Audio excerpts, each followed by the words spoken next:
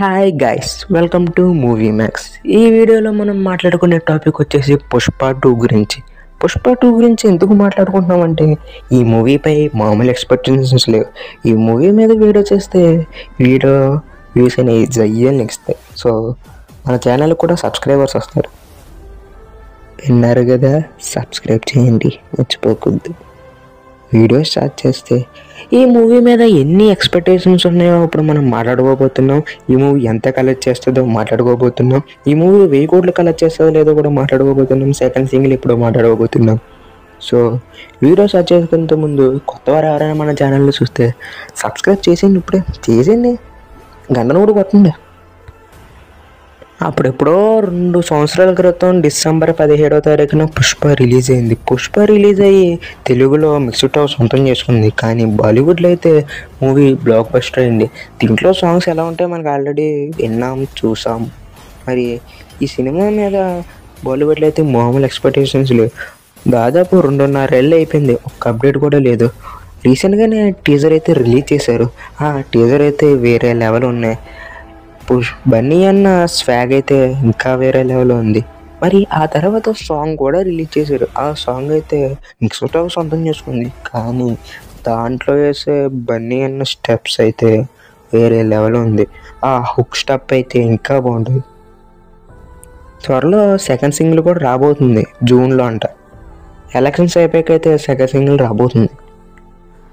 అప్పటిదాకా 100 కోట్లే టార్గెట్గా పెట్టుకుని దిగిన మన హీరోలు బాహుబలి రిలీజ్ అయిన తర్వాత 1000 కోట్ల టార్గెట్తో దిగుతున్నారు.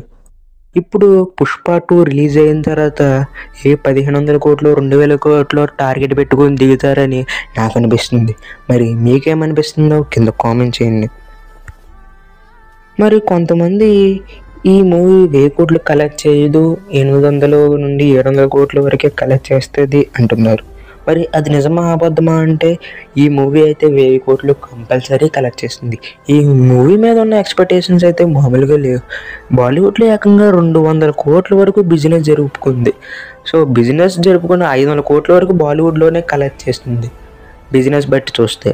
సో 500 కోట్లు అక్కడే సగం వస్తే మన టాలీవుడ్లో మిగతా అన్ని లాంగ్వేజ్ల్లో కలుపుకొని ఇంకో 600 కోట్ల నుంచి 500 కోట్ల వరకు కలెక్ట్ చేస్తే 1000 కోట్లు అనేది చాలా సింపుల్. సో 1000 కోట్లు కలెక్ట్ చేస్తుందా లేదా అన్న డౌట్ క్లియర్ అయిందని అనుకుంటున్నాను. క్లియర్ అవ్వకపోతే రివెంజ్ చేసి మళ్ళీ వినండి, తప్పేం లేదు, వినండి. పుష్ప పార్ట్ 1 అయితే 350+ క్రోడ్స్ అయితే కలెక్ట్ చేసింది. మరి ఈ సినిమా 1000 కోట్లు కూడా కలెక్ట్ చేసి దాదాపు 700 కోట్లు డిఫరెన్స్తో బ్లాక్ బస్టర్ అవుతుంది.